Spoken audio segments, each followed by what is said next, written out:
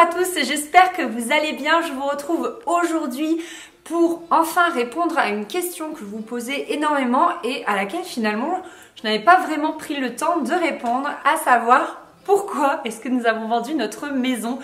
C'est vrai que vu comment je vous ai balancé les infos vu de l'extérieur, on était surtout très triste de la quitter. Vraiment au moment de la signature, au moment de donner les clés, ça a été un déchirement. Enfin franchement, on avait l'impression de laisser notre bébé. Ça a été très dur. Et pour tout vous confier, la semaine dernière, on est retourné dans la maison. On allait faire un petit coucou au nouveau propriétaire et ça a été franchement, ça a été très dur en émotion.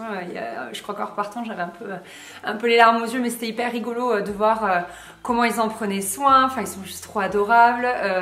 De voir comment ils l'avaient décoré aussi, parce que du coup, ça allait trop bien avec la maison, mais ça avait rien à voir avec notre déco. Enfin, c'était. Puis alors moi, la fan que déco que je suis, moi j'adore voir un intérieur décoré d'autre façon. Je trouve ça fascinant. Et du coup, voilà, vu de l'extérieur, on se demande bien pourquoi on l'a vendu, donc j'avais envie de tout vous expliquer. Déjà, il faut savoir que quand on a cherché cette maison-là, je ne sais pas si vous vous souvenez, moi j'avais acheté mon appartement toute seule, bien avant de connaître Chris, puis on a eu envie d'acheter une maison à deux, donc c'était vraiment notre premier achat à deux. Donc il a fallu que la maison plaise à tous les deux. C'est pas pareil vraiment d'acheter seul et d'acheter à deux. C'est pas plus difficile, mais c'est juste totalement différent. Et du coup, on est sur un temps nuageux et ça ne va cesser de s'allumer, de s'éclairer et de s'assombrir. C'est très fatigant. Bref, j'en suis désolée.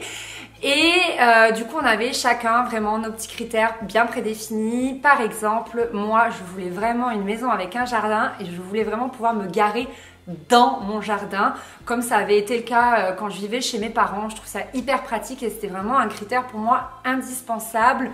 Qu'est-ce qu'il y avait d'autre ? Il y avait aussi que je voulais une pièce à part pour un dressing, donc je voulais vraiment une maison avec plusieurs pièces et également je voulais une grande pièce à vivre pour avoir une grande table. Mon rêve c'était vraiment d'avoir une table où tu peux manger à 10 ou 12. Et comme vous pouvez le constater, et comme déjà vous devez vous dire en m'écoutant, mais ça ne correspond pas du tout, notre maison ne correspond pas du tout à certains critères que j'avais. Donc effectivement, quand on fait un achat, ce n'est que concession. Donc j'ai fait la concession sur le fait que je ne pouvais pas me garer dans mon jardin. J'ai fait la concession sur le fait que j'avais une toute petite table à manger et sur le fait qu'on n'avait qu'une grande chambre et une petite chambre d'amis, toute petite, mais néanmoins un bureau qui servait de hall. Donc je pense que... de hall. Donc je pense que vous voyez à peu près la disposition de ma maison si vous me suivez depuis longtemps. Si c'est pas le cas, je vous remets en barre d'infos du coup les différents room tours, vlogs de chantier, etc., etc. Et notamment par rapport à la voiture, je reviens sur ce point-là. C'est que au début, au niveau de notre garage qui fait environ 12 mètres carrés, je me garais à l'intérieur et on avait une place de parking devant la maison et Chris pouvait se garer lui à l'extérieur. Sauf que très vite, ce garage est devenu un débarras, donc ça a été compliqué de se garer tous les deux. Donc c'est moi qui me garais devant et lui il avait pris un abonnement pour se garer, mais en fait en centre-ville de Montpellier tu galères pour te garer, tu trouves pas de place et tout. Donc ça a été vraiment compliqué, si bien que j'ai commencé à chercher un parking en sous-sol. Donc j'ai commencé à louer un parking, donc j'en ai eu pour 70 € par mois. Donc ça c'est pas vraiment le souci, c'est pas une énorme dépense, mais c'est juste que c'était 2 rues plus loin et honnêtement pour tout ce qui est courses, c'est pas très pratique en fait, parce que je devais me garer vite fait sur le trottoir en warning, j'aime pas ça, c'est interdit. Vite décharger mes courses, reprendre ma voiture, aller me garer 2 rues plus loin, revenir. Alors s'il pleut, imaginez le challenge. Ensuite souvent du coup j'avais oublié de ranger mes sacs de courses, donc ils traînaient dans l'entrée. Enfin voilà, c'était vraiment pas pratique cette histoire là. Et puis du coup ça ne convenait pas du tout à un des critères dont je vous ai parlé beaucoup plus tôt. Bref, et en plus, entre-temps, Chris a créé son entreprise, donc il est électricien, il est chef d'entreprise et il a commencé à avoir besoin de stocker beaucoup de matériel.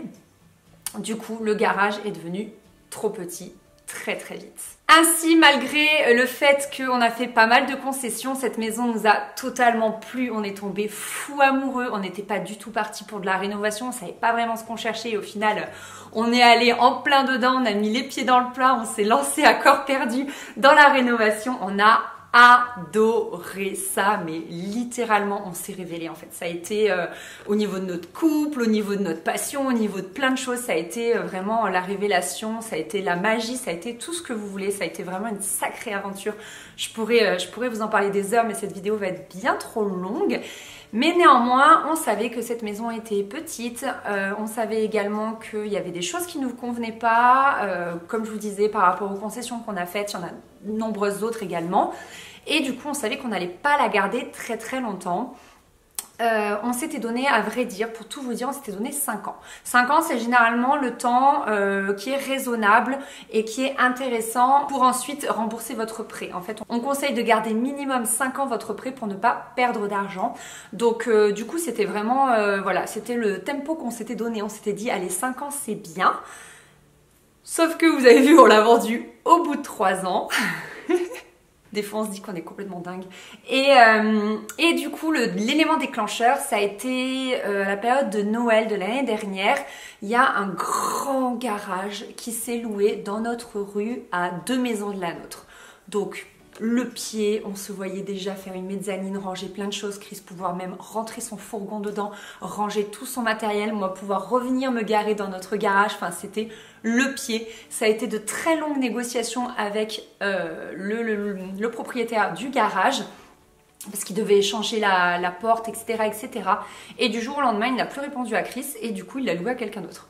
Honnêtement, ça a été un coup dur parce que vraiment, on avait besoin de ce garage-là et franchement, on aurait pu repartir pour 2 ans. Donc à partir de là, Chris a commencé à regarder un petit peu partout pour louer un grand entrepôt pour son entreprise. Et franchement, c'était hors de prix, ça valait pas le coup, c'était pas dans les coins où il voulait. Enfin, ça a été, voilà, ça a été un long moment de recherche et du coup, on s'est dit, pourquoi pas, sinon, déménager. Étant donné que pour la maison qu'on avait, on a mis 1 an pour la trouver, ça a été long, ça a été fastidieux, on en a raté 5, je sais pas si vous vous souvenez, s'il y a des gens qui me suivaient à cette époque-là, mais on en a raté 5, moi il y a eu des fois où j'ai pleuré, enfin ça a été vraiment dur.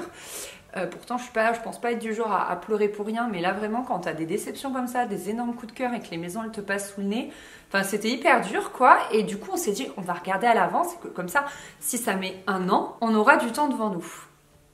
Sauf que, encore une fois, le destin a fait que on a eu un coup de cœur très très rapidement. En fait, on a vu un bout de masse en U. Et donc, c'était divisé et il y avait un bout de quand même 250 mètres carrés. Et on a eu un coup de cœur de malade avec vue sur un immense champ d'oliviers. C'était sublime, un potentiel de dingue parce qu'il y avait 100 mètres carrés déjà habités et 150 mètres carrés à habiliter et à changer en habitation. Donc c'était de la folie puisque du coup comme c'était un bout de masse, il y avait des cuves, il y avait des écuries, enfin c'était dingue, il y avait un immense garage pour Chris. Enfin vraiment c'était coup de cœur de folie, c'était un petit peu cher pour nous, on a fait une proposition un petit peu basse mais elle a été acceptée. On était genre comme des dingues. Et à partir de là, ça a été l'euphorie la plus totale. Donc là, ce que je vous raconte, c'était au mois d'avril. Du coup, bah, branle-bas de combat. On met en vente notre maison. Donc je fais une petite annonce sur le Bon Coin et tout. Et en 1 semaine, on a eu 13 visites, 2 propositions et notre maison a été vendue. Voilà. Donc là, pareil, on était complètement hallucinés, complètement surexcités. On a vendu notre maison. Ouh, démarche, notaire, machin, truc bidule. Entre-temps, je commence à préparer le projet pour le MAS. Je vais à la mairie, je me renseigne, etc., etc. Et donc, comme c'était des cuves, il fallait faire une demande de permis de changement de destination de la bâtisse pour que ça puisse devenir une habitation principale. Et après de multiples rendez-vous à la mairie, de multiples coups de fil à la région, ça a été si compliqué si vous saviez. Là, j'ai eu vraiment 3 semaines de stress intense parce que je jonglais avec mon boulot principal, avec YouTube, le blog, etc. Et avec cette chose qui me prenait énormément de temps parce que j'avais des rendez-vous un peu partout, la mairie, la région, le truc. Et en même temps, ben, on préparait aussi notre mariage parce qu'on est au mois d'avril et qu'on se mariait au mois d'août. Enfin bref, ça a été vraiment une période, je me souviens, je vous disais en stories que j'étais assez fatiguée, je pouvais pas trop vous dire pourquoi. Et... Enfin ouais, ça a été vraiment dur nerveusement, vous voyez. Et donc, le couperet tombe. On n'aura jamais l'autorisation, la validation de ce permis de construire pour un changement de destination. On n'aura jamais le droit. Donc de 250 mètres carrés, on se retrouve à 100 mètres carrés, on se retrouve avec un bien avec un prix bien trop élevé. Et en discutant avec notre notaire qui est absolument fabuleuse, eh bien on a décidé de se retirer du projet. Arrivée là, je me suis littéralement effondrée avec la fatigue et tout, je pleurais.